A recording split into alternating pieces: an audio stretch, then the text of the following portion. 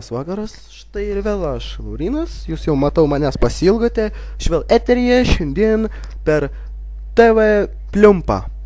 Štai, kaip džiaugiamės visi, kad atėjo mūsų šventę žiūriu, gal. Tai vat, nesenai išgijau po operacijos, kaip mane pertrinkė su basliu per kuprą. Viskas šiaip buvo man gerai, bet...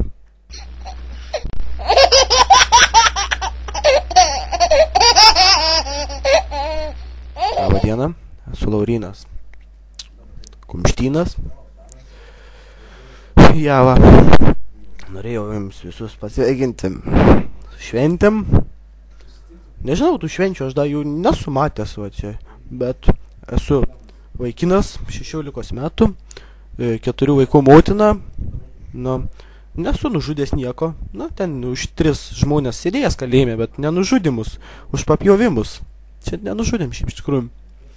Mėgstu daugą, pavyzdžiui, nieką, žinot. Nežinau, dabar artėja to šventės, kaip sakoma, ten gaminamas maistas,